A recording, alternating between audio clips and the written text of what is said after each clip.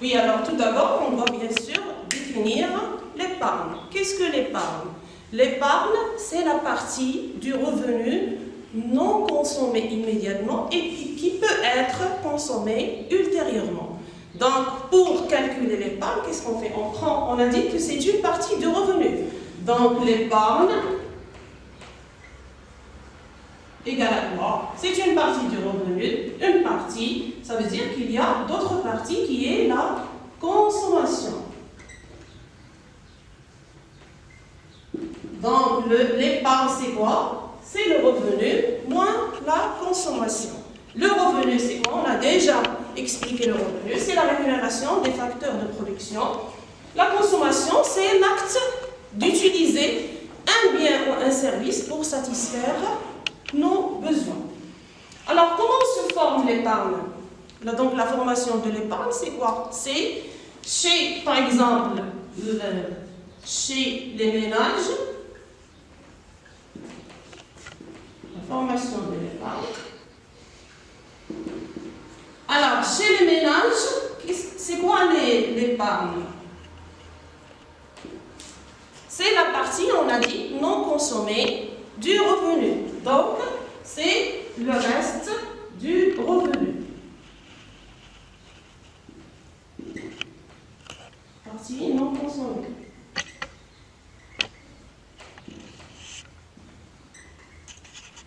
Alors, chez les entreprises,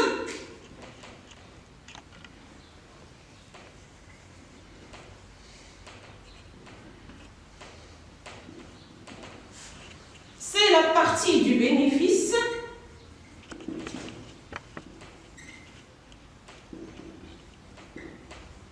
non utilisée et qui représente l'autofinancement. C'est-à-dire ce que l'entreprise réserve pour l'investissement, pour l'achat des biens d'équipement et pour l'amortissement, qui représente l'autofinancement.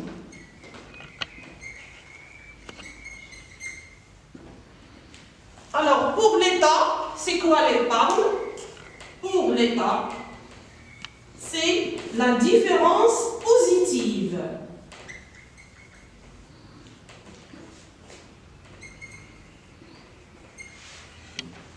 entre les ressources et les emplois.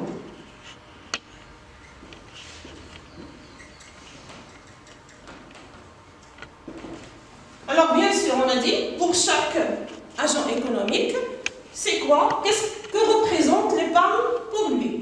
Maintenant, on va voir les déterminants de l'épargne, c'est-à-dire l'épargne. Chaque agent économique ou chaque individu, il peut, lorsqu'il a des ressources, un revenu, il peut faire de l'épargne. Mais bien sûr, ça dépend des facteurs. Quels sont ces facteurs? Alors, il y a la variation des revenus.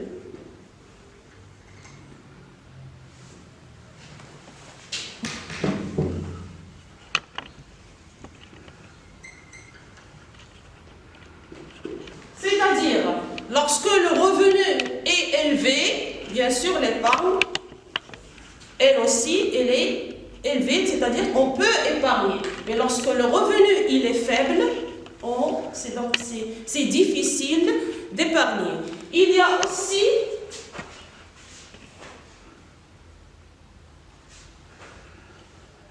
là, donc pour la situation des prix, les prix de vente. Si les prix de vente, bien sûr, s'il y a une augmentation des prix de vente, les personnes, donc, ils ont recours à consommer, à utiliser le revenu dans la consommation, donc il y a moins d'épargne. Il y a aussi, donc il y a la variation des prix, la variation des revenus, il y a les prix, il y a aussi comment on peut dire, il y a aussi le taux d'intérêt. C'est-à-dire le taux d'intérêt. C'est-à-dire qu'on place notre argent à la banque, on bloque notre argent à la banque et la banque nous donne en contrepartie des intérêts. Si la banque augmente le taux d'intérêt, ça motive les personnes à déposer leur argent à la banque. Sinon, donc, il y a la motivation, on peut ne pas épargner. D'accord? Alors, on passe à l'épargne. On peut avoir, par exemple, à l'épargne, les formes de l'épargne. On peut avoir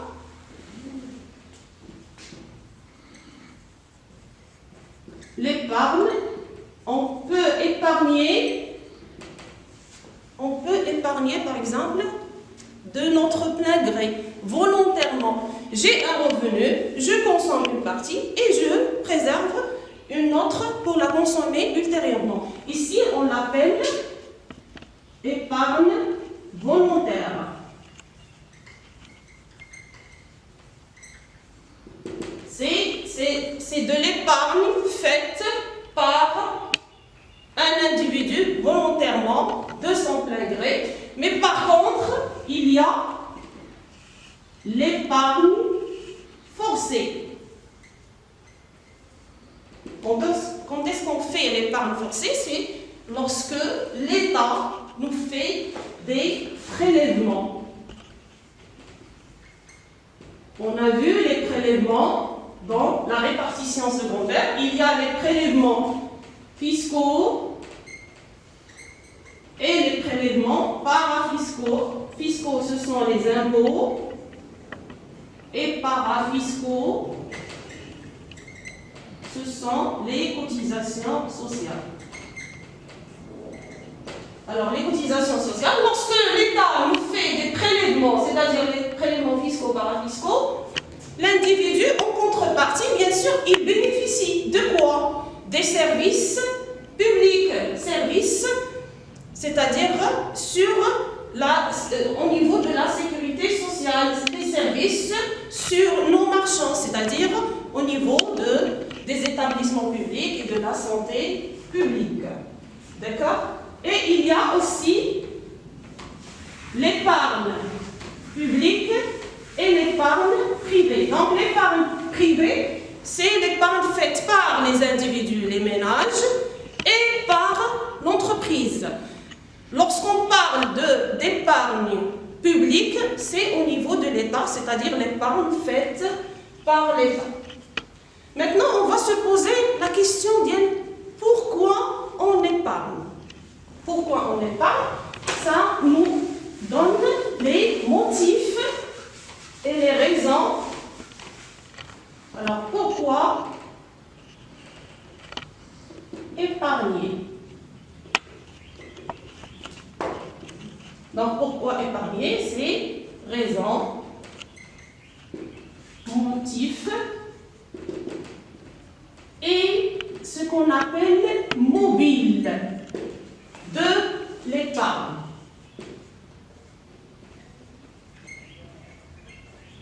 Alors, quels sont les mobiles de l'épargne? Pourquoi on va épargner? Alors, la plupart, donc on peut dire une partie de la société épargne pour une raison de protection, de sécurité. J'épargne maintenant parce que j'ai peur de perdre mon travail ultérieurement, ou bien j'ai peur d'une maladie, ou bien j'ai peur de faire un accident par exemple de travail et je ne peux plus travailler, ou bien le fait de devenir vieux, c'est d'avoir une épargne sécurisante, d'accord? Alors ça c'est le mobile de précaution.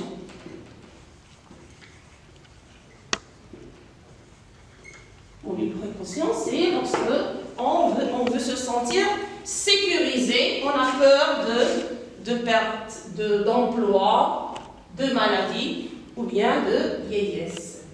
Il y a aussi le mobile de spéculation.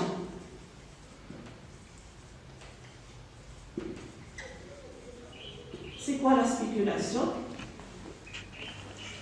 La spéculation, c'est lorsque les gens achètent ou là,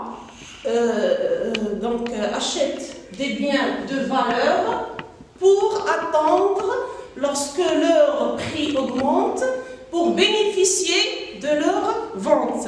Par exemple, on achète des biens de valeur, des tableaux de valeur, de l'or.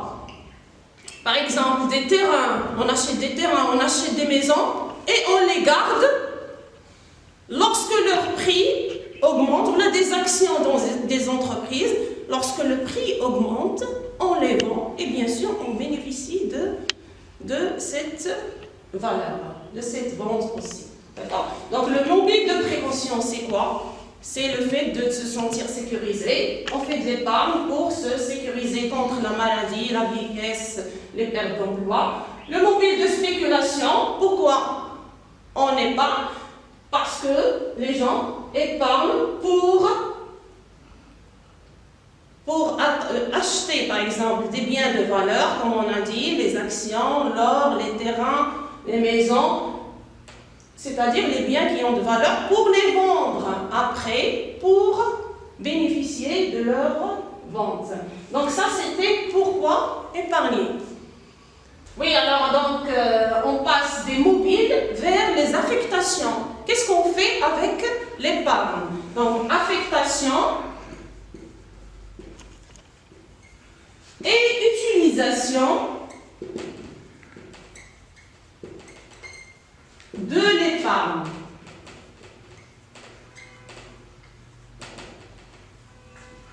Alors, comme on le sait, il y a une partie de la population, des individus qui... Alors, qu'est-ce qu'ils font avec de l'épargne? Ils le gardent chez soi, soit sous forme d'argent liquide, ou bien sous forme, par exemple, de l'or. D'accord? Alors, qu'est-ce qu'ils font? Qu'est-ce qu'ils font avec? Ils le laissent chez soi. Cette affectation, on l'appelle la thésaurisation. Alors, la thésaurisation, c'est quoi? C'est le fait de garder son épargne chez soi, soit sous forme d'argent liquide. Par exemple, les gens, ils ont des coffres forts, ils mettent de l'argent dans le coffre-fort, ou bien des bijoux, ou bien des bijoux en or, en diamant, ça dépend. D'accord? Ça s'appelle thésaurisation. On doit donc souligner que la thésaurisation, lorsqu'on parle d'épargne, une épargne thésaurisée, c'est une épargne qui échappe à l'activité économique.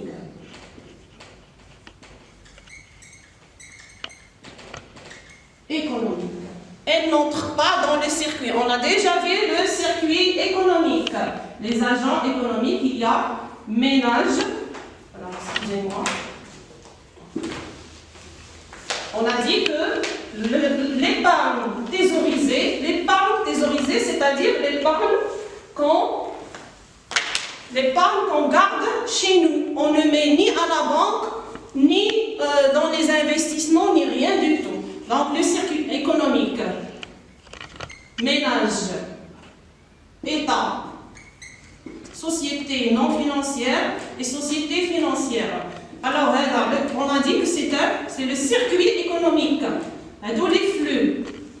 C'est bon? Alors, l'épargne thésaurisée, il n'entre pas dans le circuit économique, c'est-à-dire l'activité économique ne bénéficie jamais de l'épargne thésaurisée. Il est toujours stocké chez les individus. Il y a aussi le placement. Alors, le placement, on peut avoir le placement auprès des banques. Donc, il y a le placement auprès des banques. Donc maintenant, presque tous les individus, ils ont des comptes en banque. Alors, on a plan échéance placement à vue et placement à terme. C'est quoi un placement à vue? Je dépose mon argent à la banque, mais j'ai la possibilité et la liberté de retirer à chaque moment mon argent. D'accord? Peut-être j'ai un virement, peut-être je dépose de l'argent, de l'épargne à la banque. Donc, à chaque fois, je suis libre de retirer l'argent lorsque je fais un placement à vue, mais bien sûr, pas d'intérêt. Par contre, lorsqu'il y a le placement à terme, ça veut dire que je n'ai le droit de toucher mon épargne qu'à la fin de l'échéance. Il y a une échéance, bien sûr, la banque, c'est elle qui décide. Ça peut être 6 mois, ça peut être 1 an, ça peut être 2 ans, ça dépend. Mais je n'ai le droit de toucher, mon argent, il est bloqué. Bloqué, ça veut dire je ne le retire pas, je n'ai pas le droit de toucher jusqu'à la fin d'échéance. Et bien sûr, il y a des intérêts. C'est comme si j'ai loué mon argent à la banque et elle, en contrepartie, elle me donne des intérêts. D'accord? Alors ça, c'est le placement à la banque. Il y a le placement par l'achat des titres. Achat des titres. Il y a achat d'actions.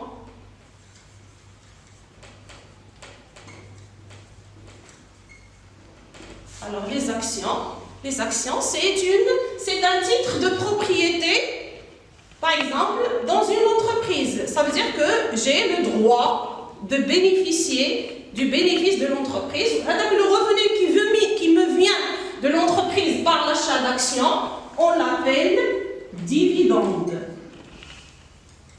Puisqu'on a vu la dividende dans la répartition des revenus, dividende, pardon.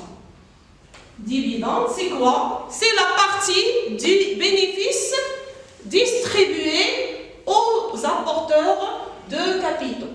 Il y a aussi achat des obligations.